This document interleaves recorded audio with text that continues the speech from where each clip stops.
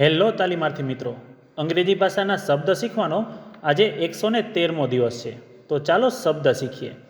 આજનો પહેલો શબ્દ છે હેપી. તેનો સ્પેલિંગ છે HAPPY. હેપી એટલે ખુશ. ઉદાહરણ તરીકે, સી ફીલ્સ હેપી ટુડે. તે આજે ખુશ અનુભવે છે. ત્યાર પછીનો શબ્દ છે ફ્યુચર. તેનો સ્પેલિંગ છે FUTURE. ફ્યુચર એટલે ભવિષ્ય. ઉદાહરણ તરીકે, એજ્યુકેશન શેપ્સ અવર ફ્યુચર. શિક્ષણ આપણું ભવિષ્ય ઘડે છે. ત્યાર પછીનો શબ્દ છે બુક. તેનો સ્પેલિંગ છે BOOK. બુક એટલે પુસ્તક. ઉદાહરણ તરીકે, આઈ એમ રીડિંગ અ બુક. હું પુસ્તક વાંચી રહ્યો છું. ત્યાર પછીનો શબ્દ છે ગ્રીન. તેનો સ્પેલિંગ છે GREEN. ગ્રીન એટલે લીલો રંગ.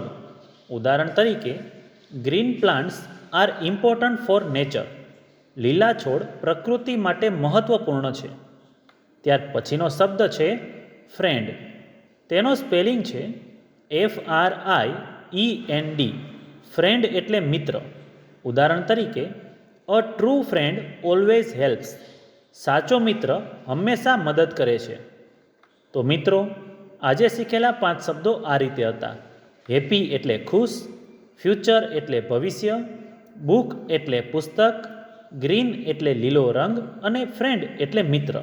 તો આવી જ રીતે ITIની અને જોબની અપડેટ માટે આ ચેનલને સબસ્ક્રાઈબ જરૂર કરજો.